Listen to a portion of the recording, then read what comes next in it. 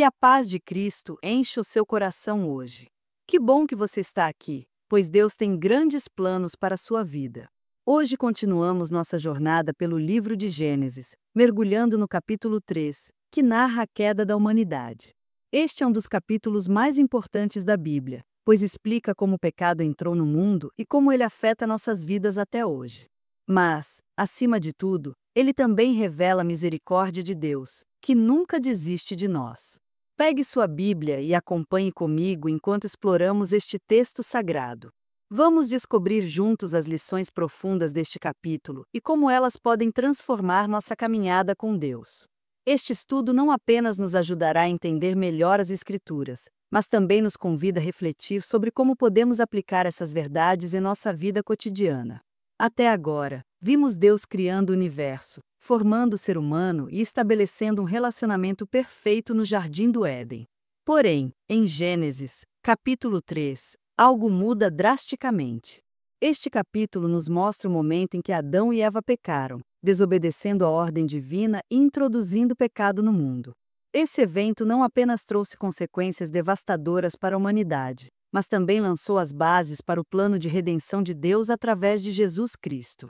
Vamos começar lendo Gênesis 3, versículo 1. Ora, a serpente era mais astuta que todos os animais do campo que o Senhor Deus tinha feito. E esta disse à mulher: É assim que Deus disse: Não comereis de toda a árvore do jardim. Aqui, vemos a entrada da serpente, que representa Satanás, tentando enganar Eva e distorcer a palavra de Deus. Esse diálogo marca o início de uma batalha espiritual que continua até hoje. A serpente é apresentada como astuta, Arum em hebraico, uma palavra que pode significar tanto sagaz quanto enganosa. Isso nos mostra que Satanás é habilidoso em manipular a verdade para criar dúvida e confusão. Ele não nega diretamente a palavra de Deus, mas a distorce sutilmente, plantando a semente da desconfiança na mente de Eva.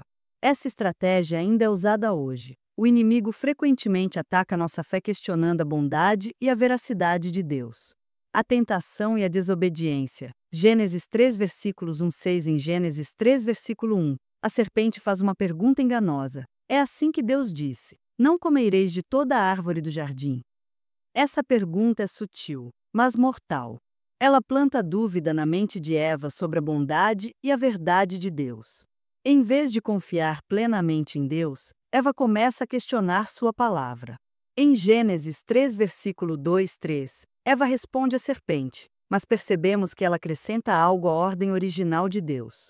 Enquanto Deus havia dito apenas que eles não deveriam comer do fruto da árvore do conhecimento do bem e do mal, Gênesis 2, versículo 17, Eva diz: Do fruto das árvores do jardim podemos comer, mas do fruto da árvore que está no meio do jardim, disse Deus: Dele não comereis, nem tocareis nele, para que não morrais.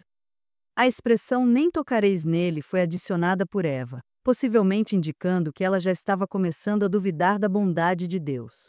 Em Gênesis 3, versículo 4-5, a serpente mente diretamente. Então, a serpente disse à mulher: Certamente não morrereis. Porque Deus sabe que no dia em que dele comerdes se abrirão os vossos olhos, e sereis como Deus, conhecendo o bem e o mal. Aqui, vemos a essência da tentação, o desejo de ser como Deus, de buscar sabedoria e poder fora da vontade divina. Eva cede à tentação, come do fruto e dá a Adão, que também come. Gênesis 3, versículo 6. Esse ato de desobediência foi mais do que um simples erro, foi uma rejeição da autoridade de Deus. Adão e Eva escolheram seguir seus próprios desejos em vez de confiar no Criador. A serpente prometeu que eles seriam como Deus, mas, na verdade, perderam sua posição original de comunhão íntima com Ele. Isso nos ensina uma lição profunda. Quando buscamos autonomia e independência de Deus, acabamos nos afastando dele. As consequências do pecado. Gênesis 3, versículos 7-19. Após o pecado, as consequências são imediatas e duradouras. Em Gênesis 3, versículo 7, lemos: Então, foram abertos os olhos de ambos, e conheceram que estavam nus, e coseram folhas de figueira e fizeram para si aventais. A inocência foi perdida, e o medo e a vergonha tomaram seu lugar. Antes do pecado, Adão e Eva viviam em harmonia consigo mesmos, com Deus e com o mundo ao seu redor. Agora, pela primeira vez, eles experimentam sentimentos de inadequação e vulnerabilidade. Em Gênesis 3, versículo 8-13, Deus confronta Adão e Eva sobre seu pecado. Ao invés de assumirem responsabilidade, eles se justificam. Adão culpa Eva, Gênesis 3, versículo 12, e Eva culpa a serpente, Gênesis 3, versículo 13. Isso revela outra consequência do pecado, a ruptura nas relações humanas e com Deus. O pecado não apenas separa o ser humano de Deus, mas também cria divisões entre as pessoas. Em Gênesis 3, versículo 14 e 19, Deus pronuncia as consequências do pecado. A serpente é amaldiçoada, Gênesis 3, versículo 14 e 15. Eva enfrentará dor no parto e dificuldades no relacionamento conjugal, Gênesis 3, versículo 16. E Adão enfrentará trabalho árduo e a morte física, Gênesis 3, versículo 17 e 19. Essas consequências mostram como o pecado afetou todas as áreas da vida humana. O trabalho, que antes era uma bênção, agora se torna uma luta constante. O relacionamento entre homem e mulher, que era baseado em igualdade e parceria, agora carrega tensões e desafios. E a morte, que não existia no plano original de Deus, entra no mundo como resultado direto do pecado. Mas, mesmo nessas consequências, há um vislumbre de esperança. Em Gênesis 3, versículo 15, Deus diz à serpente: "Porém inimizade entre ti e a mulher, entre a tua descendência e o seu descendente. Este te ferirá a cabeça, e tu lhe ferirás o calcanhar." Esse versículo é conhecido como proto-evangelho, pois contém a primeira promessa de redenção na Bíblia. Aqui, Deus anuncia que um descendente da mulher, Jesus Cristo, virá para derrotar Satanás, embora isso custe um grande sacrifício. A misericórdia de Deus. Gênesis 3, versículos 20 e 24. Apesar da desobediência, Deus demonstra sua misericórdia. Em Gênesis 3, versículo 21, lemos: "Fez o Senhor Deus túnicas de peles para Adão e sua mulher e os vestiu." Aqui, vemos Deus provendo cobertura para o pecado de Adão e Eva, simbolizando sua graça e cuidado.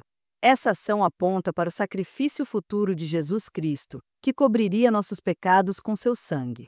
Para fazer essas túnicas, Deus precisou sacrificar um animal, prefigurando o sistema de sacrifícios que seria instituído mais tarde na história de Israel. Finalmente, em Gênesis 3, versículo 22 e 24, Deus expulsa Adão e Eva do jardim do Éden para que não comam da árvore da vida e vivam eternamente no estado de pecado. Embora isso pareça uma punição, é, na verdade, um ato de misericórdia, pois impede que o pecado seja perpetuado para sempre. Deus não quer que a humanidade viva eternamente em um estado de separação dele. Você sabia que a serpente mencionada neste capítulo é identificada como Satanás em outras partes da Bíblia?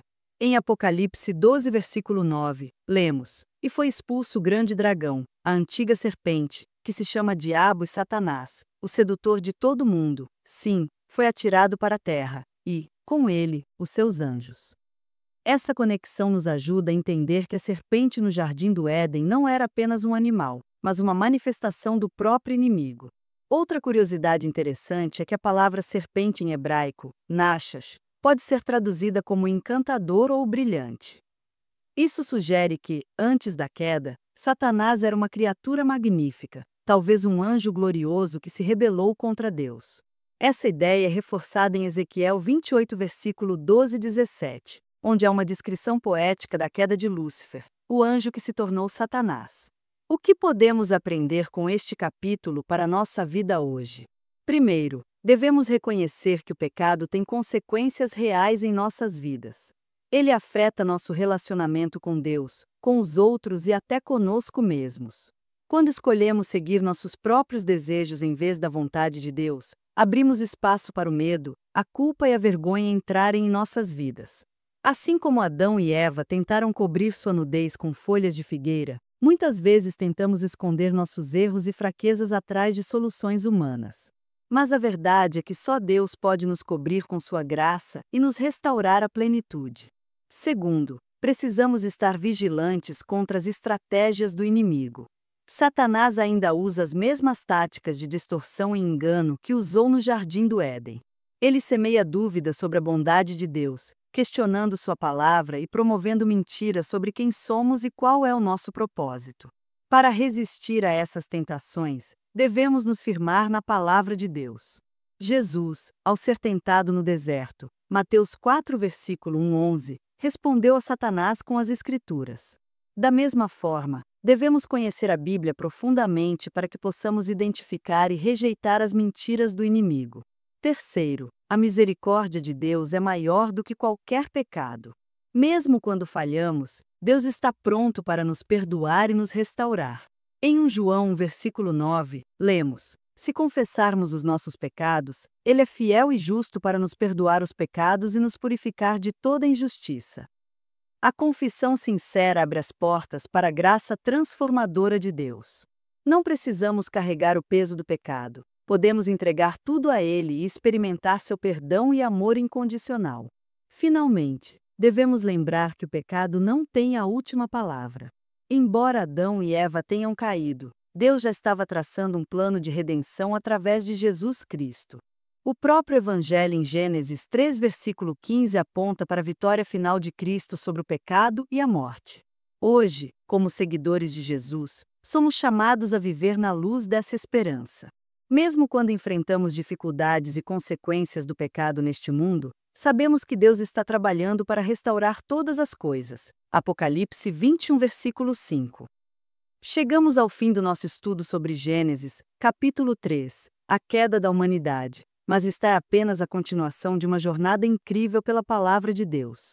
Este capítulo nos mostrou as consequências devastadoras do pecado, mas também a misericórdia de Deus, que nunca desiste de nós. Mesmo em meio à queda, Deus já estava traçando seu plano de redenção, que culminaria na morte e ressurreição de Jesus Cristo. Deixe nos comentários abaixo como este estudo impactou sua compreensão sobre o pecado e a graça de Deus.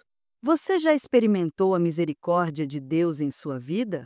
Compartilhe sua reflexão conosco e incentive outros a crescerem na fé. E não se esqueça de curtir, compartilhar e se inscrever no canal para continuar acompanhando esta série transformadora. Deus abençoe você ricamente e até o próximo estudo, quando vamos explorar Gênesis, capítulo 4, Caim e Abel. Fique firme na fé e lembre-se, você é parte do grande plano de Deus.